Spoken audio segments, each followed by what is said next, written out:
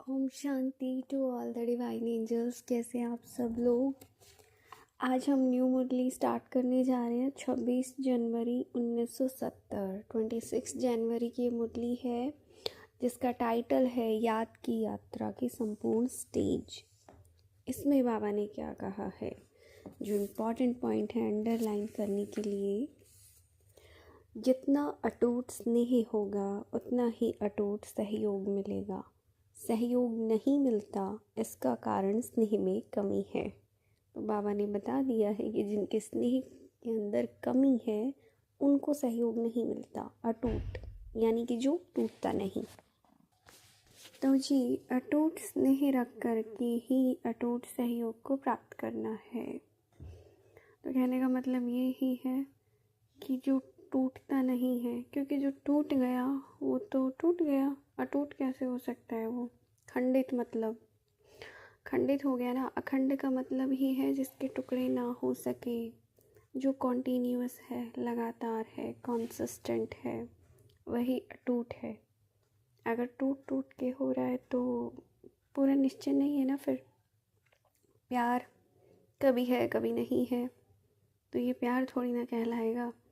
या कोई शराबी है, कभी पी रहा है कभी छोड़ रहा है, तो ये थोड़ी ना है कि जब जिस टाइम पे वो छोड़ दे रहा है तो उसको हम कहेंगे कि हाँ ये तो कभी शराब नहीं पीता, शराबी कहलाएगा। थोड़ी देर के लिए उसने अगर छोड़ दी तो ये मतलब थोड़ी ना है। सेम स्नेह के लिए है, कभी कर रहे हो कभी नहीं कर रहे हो, तो क्या ही कर रहे हो, कर भी रहे हो या नहीं कर रहे हो, प्यार मतलब वही। तो सहयोग भी कभी मिल जाएगा कभी नहीं मिलेगा, कभी हो जाएगा कभी नहीं होगा, अटूट नहीं मिलता है। ठीक है, ये था जी आपका फर्स्ट पॉइंट। उसके बाद नेक्स्ट देख लेते हैं, बहुत इम्पॉर्टेंट है। क्या कहा है इसमें, अंडरलाइन, स्थिति इतनी पावरफुल हो जो परिस्थितियाँ स्थिति से बदल जाएं। समस्याएं तो देखो भाई आती रहेंगी, स्थिति इतनी पावरफुल होनी चाहिए। स्थिति परिस्थिति को बदल सकती है, क्योंकि सर्वशक्तिमान की संतान हो तो क्या ईश्वरीय शक्ति परिस्थिति को नहीं बदल सकती। रचयिता के बच्चे रचना को नहीं बदल सकते हैं। रचना पावरफुल होती है या रचयिता, बताओ। रचयिता के बच्चे रचना के अधीन कैसे हो सकते हैं। जितना अधिकार रखेंगे उतना परिस्थितियां भी बदल जाएंगी। अगर उनके पीछे पड़ते रहेंगे तो और ही सामना करेंगी। समझ में आई कितनी गहरी बात बता दी। कहीं ना कहीं हम में से हर कोई किसी ना किसी परिस्थिति से तो सामना हमारा होता ही है। उलझते हैं हम लोग, उलझते हैं, उस समय पे कुछ समझ नहीं आता है, क्योंकि उलझे हुए हैं ना। उलझे हुए को थोड़ी ना रास्ते दिखाई देंगे। तो हमारी स्थिति पावरफुल होनी चाहिए, क्योंकि देखो स्थिति जो है, हम जिस स्थिति में होंगे, अगर हमारी स्थिति ही उसके प्रभाव में नहीं आ रही है, ठीक है। वैसे इसकी बहुत ज़्यादा डेप्थ जा सकती है, लेकिन मैं मुरली के ऊपर ही स्टिक रहूँगी, अदर डायमेंशन में नहीं जाऊँगी। स्थिति परिस्थिति को बदल सकती है, क्योंकि सर्वशक्तिमान की संतान परमात्मा की संतान है। परमात्मा के पास क्या शक्तियाँ नहीं हैं, तुम ये बताओ। ऐसी कौन सी शक्ति नहीं है जो उसके पास नहीं है। तो ये ईश्वरीय शक्तियाँ जब इतनी चीज़ों को बदल सकती है, तो परिस्थिति क्या चीज़ है उसके सामने, कितनी छोटी चीज़ हो जाती है। तो समझो जो रचना होती है, क्रिएशन बड़ी होती है या क्रिएटर बड़ा होता है। क्रिएटर मतलब क्रिएट करने वाला, ठीक है, उसको रचने वाला। और क्रिएशन जो कि उसने रचा है, कौन बड़ा है। क्रिएशन करने वाला ज़्यादा बड़ा हो गया ना, जिसको हम क्रिएटर कहते हैं, यानी कि रचयिता बड़ा होगा। तो ये जितनी भी घटनाएं, ये दुनिया के अंदर जो भी दिखाई दे रहा है, इतना सब कुछ विस्तार, ये क्या है, ये किसकी रचना है। किसकी रचना है ये, हमारी। हमारे खेल में लगा हुआ है ये सब कुछ, पूरी प्रकृति हमारे खेल के लिए है ये सब। जितनी भी घटनाएं हो रही हैं, तो हम रचयिता हैं।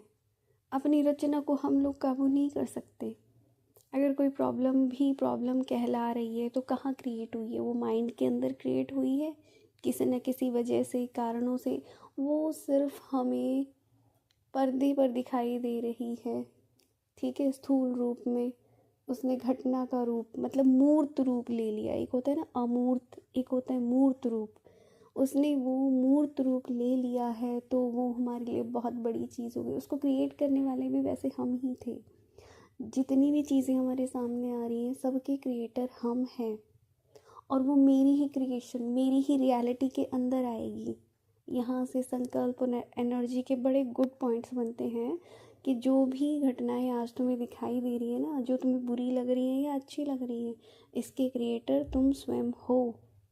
और ये तुम्हारी रियलिटी में ही दिखेंगी, क्योंकि तुमने क्रिएट करी, किसी और की रियलिटी में नहीं दिखेंगी, ठीक है। तो सेम ये वही उसके लिए आ जाता है कि स्थिति अपनी इतनी पावरफुल बना दो, तुम्हारी रियलिटी चेंज हो जाए। क्योंकि रियल में हम हैं क्या, अपने उस स्वरूप में आ जाओ, तो वो भी उतनी ही तेज़ी से रियलिटी से दूर हटेगी परिस्थिति। होप सो कि सबको समझ आ रहा होगा जो मैं कहना चाह रही हूँ, या जो बाबा कहना चाह रहे हैं। देखो बाबा ने क्या कहा, अधिकार रखना है ना कि अधीन होना है। हमें अधिकार रखना है किसके ऊपर, अपनी रचना के ऊपर, अपनी क्रिएशन के ऊपर, चाहे अच्छी या बुरी।